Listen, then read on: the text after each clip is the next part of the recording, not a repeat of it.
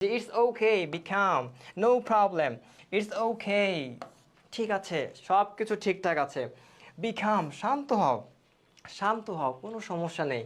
হ্যাঁ, এই যে এই বিষয়গুলো, এক্সপ্রেশনগুলো, এগুলো তোমার জন্য সঠিকভাবে অবশ্যই দিতে হবে, এগুলোকে বলার চর্চা করতে হবে। তোমরা মুখে মুখে আমার সাথে, তোমরা যারা আছো, এগুলোকে বলতে চেষ্টা করো। হ্যাঁ, এগুলোকে জোরে জোরে তোমাকে বলতে হবে। ইটস ওকে, তোমার যখন যেমন এক্সপ্রেশন দেওয়া উচিত তখন তেমনটিই দিতে হবে, তেমনটিই দিতে চেষ্টা করবে।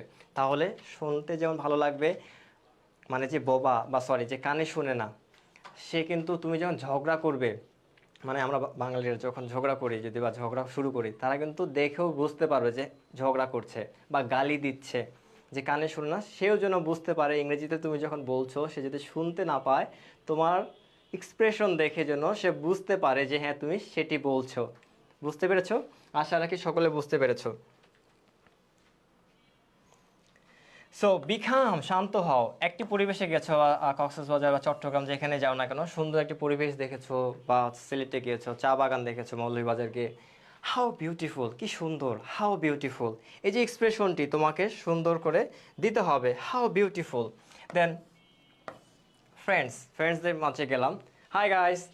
এই যে আমাদের এক্সপ্রেশন, এগুলো তো আমরা জানি, এগুলো ন্যাচারাল বা আমরা কমন, তাই না? এগুলো আমরা সবসময়, তোমার রুমে এসে তোমাকে তোমার ভাই বা বোন বিরক্ত করছে, তুমি তাকে বের হয়ে যেতে বলছো, গেট লস্ট।